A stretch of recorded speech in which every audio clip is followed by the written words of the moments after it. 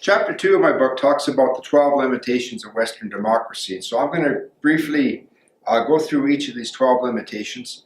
If you were to create your own list of things that was wrong with Western democracy, it would probably look kind of similar to my list.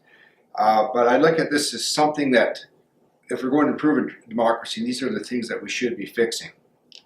Now, the first limitation I'm going to describe, it's basically, it's called exclusivity. In theory, anyone can join a political party, and anyone can rise up in the political party and become an elected official. But the fact is that political parties are kind of dysfunctional environments. You know, there's a lot of gossiping and backbiting. There's the ambition to gather power and influence within the party. There's all sorts of intrigue happening by that, and there's just people that just want to see you being defeated. And so very, very many capable people will not really want to put themselves into this shark tank. And so they will stay with their normal careers, and they will stay out of public life just for that reason as well. As well, too, it's also a big risk to take some political life. Is that, you know, in order to become an elected official, you have to spend some time on the inside of the party, getting to know people and getting to make those connections and building up those alliances. And then you have to go through the internal party election, which takes time, quite a bit of time, out of your career and your family obligations. And then you have to go through the general election, and you may or may not win that general election. And so what we see is that there's a great big investment, and for the actual opportunity for someone to actually be in a position where they can be an elected official is very, very small. And so a lot of people say, I'm going to do all this work, maybe put in all this effort for the small chance of becoming an elected official. And then you look 3 or 4 years down the road, and you see the next election, you could be fired for really no fault of your own. And so again, many people of good character and of capacity for governments, they'll just want to say, I don't want any part of public life. So in this sense, is that we have an exclusivity. It's not anybody really wants to become in the political process at all. Number 2, and I'm going to call, it's not a think tank. Okay, political parties like to believe that they have their members are hashing out the various issues of society, and the party members are coming to some kind of decision what their public policies are going to be. Well, actually, it really doesn't work like that. Most of the effort that's generated within a political party is dedicated towards winning the next election. It's not about providing solutions for society. Number 3, and it's called not a screening process.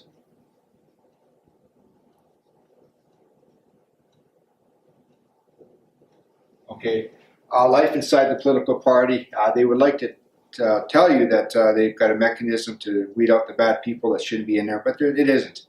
We've seen all sorts of examples in the world where people are of a very corrupt nature, or they're just not competent for the job. They actually do end up becoming elected officials, and probably because not enough of the good people with this exclusivity just didn't put their hat in the ring.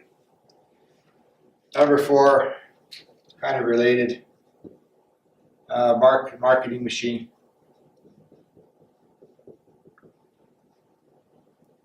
This is kind of related to number 2 and 3 as well too. Political parties are mostly marketing machines. And if you've ever taken a marketing course from a business college or whatever, you'll actually find that the political pundits and the marketers are almost talking the same language. You know, they're talking about targeting and segmenting and, you know, and gathering up their support and all that. So that's all a marketing machine. Again, it's not for what's best for society, it's for what's the marketing machine. Number 5,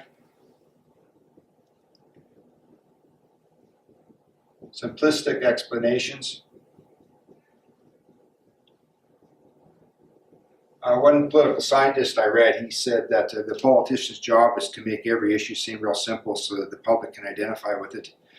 Well, that may be okay when you're trying to sell frying pans or maybe even a car, but when we're dealing with these very complex societal issues, there is no such thing as a simplistic explanation or simplistic solution. And perhaps what is worst is that as these simplistic explanations and solutions are being proffered to the public, the political parties actually start believing that they can actually solve them with these simplistic solutions. Number 6, Okay, politics versus governance.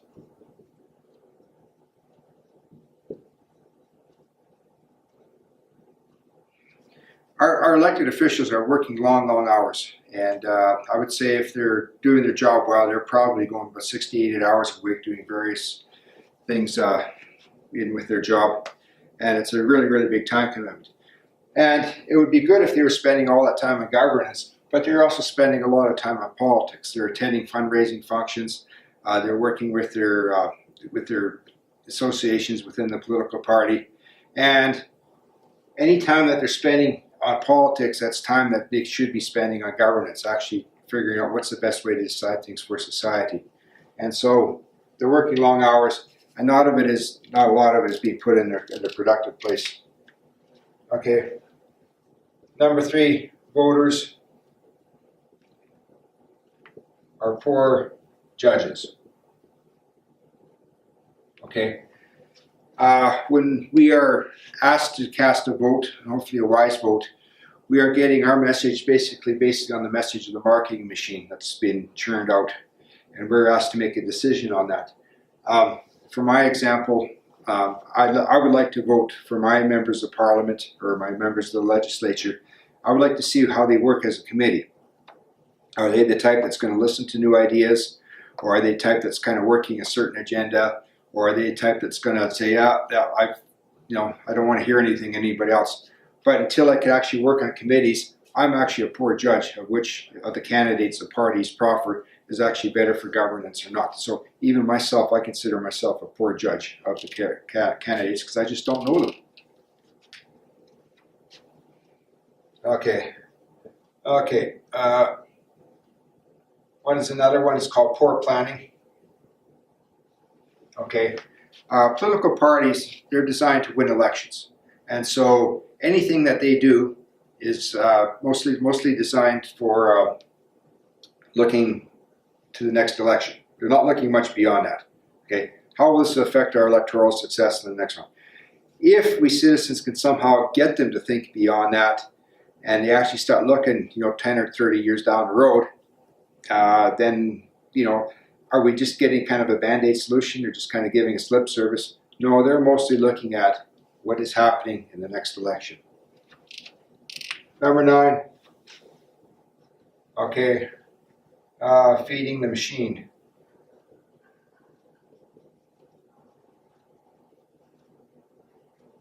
Okay, political parties, they do require donations of time for the volunteers to spend during elections to sit on the internal party association boards, and when the election is going, is to work as election workers. They also require money, and sometimes that money and volunteer time may have an altruistic sense, but a lot of times there is some sort of expectation that there will be a reward paid off later in the future somehow. And sometimes that reward will be kind of minor or benign, but sometimes it actually takes a lot away from the society as a large.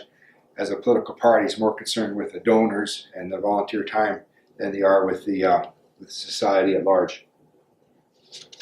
Number 10. I'm going to call corruption. I think you all know about corruption, but the sad part is that when an elected official engages in a corrupt act, and members of the party know about it, it's very seldom will the party actually do something about it. Okay, so they will sit there and let this slide and kind of hope it doesn't make it into the media, or they hope it doesn't make it into the opposition, and sometimes that works. And they also know too is that even if it does make it into public knowledge, the corruption is that the party can usually write out 1 or 2 scandals in any one term and get away with it. So the parties themselves do not deal with corruption on the internal side at all. They just let it happen, and just hopefully it doesn't get any worse or whatever. Number 11. I think this is another important one, and it sort of relates to number 1, adversarial nature.